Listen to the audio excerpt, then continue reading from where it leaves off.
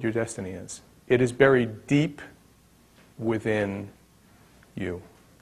Very, very deep. And it's going to require you to look inside. In most of my other programs, the information that you get is from the outside. It's from me.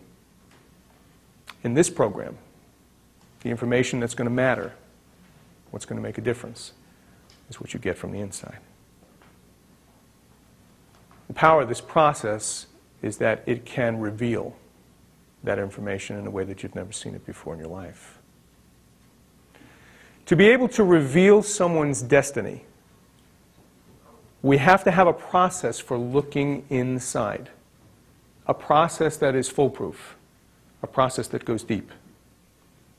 We are immensely concept-oriented creatures. But those concepts are built on top of a neural net that has over 100 billion working units and 100 trillion synapses, where information passes from the outside to the inside and back out again, where you live your life from day to day. We're going to reach into those concepts and find something called cross-level coherence. Hopefully that's the most complicated term that I'll give you this weekend. Cross-level coherence is the process that reveals destiny. We are complex creatures. We are divided. Your whole life you've been in conflict. You've had values in conflict with other values. You've had dreams in conflict with other dreams. You've had dreams in conflict with limitations and obstacles. You've had wants and desires in conflict with other people's wants and desires, including your own. There is not a day that goes by that we don't deal with some kind of an internal conflict. Not one. Sometimes they're small, sometimes they're huge. But we're conflicted because we are not one single unit. We appear that way. We're a whole-on. But we're built of many, many interacting parts. And those interacting parts came about evolutionarily over many, many years for many different functions. And each of them have their own goal-oriented systems. Our brain is divided into three major parts. We have a hindbrain, sometimes called a reptilian brain. And it has very basic, very simple survival desires and drives.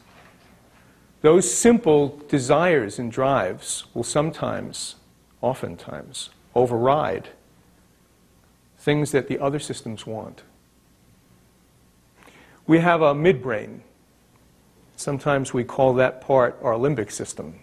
That's where all our emotions flood from. Our happiness, our sadness, our anger, our fear, our guilt, our grief. All of those emotions that keep us trapped.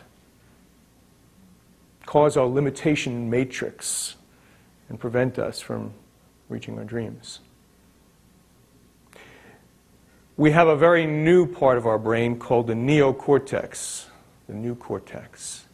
And that new part of our brain has the ability to do some special things. With it, we can think, plan, create, see the future. It's got immense capabilities. But each of those three systems have different objectives. Each of them have different wants and desires. Each of them fight for control of the entire system, called you, every day. If that was not difficult enough, we also have a left hemisphere and a right hemisphere. They also want different things. They see the world very differently. Your right hemisphere sees the world in wholes, integrated, synthesized. Everything is one. Parallel. It sees gestalts. Your left brain sees everything in pieces, sequences. It chops the world up. It makes it possible for you to learn symbolic language. These two sides of the brain want different things. They perceive the world different ways, and based on the way they perceive the world, they create conflict. We've seen that conflict rage in certain cases. Those cases where we did split brain studies, I'm sure you've heard of them, where an epileptic who is suffering all their life from seizures goes in for an operation where they sever the corpus callosum. All those nerves, that tremendous bundle of nerves that passes information from the right side to the left side and back again, is severed. The moment that happens, it becomes amazingly apparent to us that we have two totally different brains. Some of the interesting things that have happened as a result of that is that people would be putting on a glove with one hand and then ripping it off with the other. Trying to turn left in their car and right at the same time. Picking up the telephone and then taking the telephone out of the other hand and putting it back down the receiver, depending upon who calls. We literally have two completely separate brains. We don't realize it because there's so much sharing of information between the two sides. But they want different things. They push you in different directions. We fight with ourselves. We blame other people, but we fight with ourselves. We are very, very divided.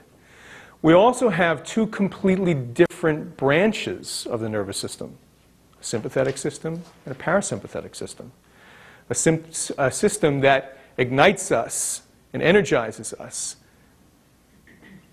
and a system that calms us down. Both of those systems also fight for control every minute of every day.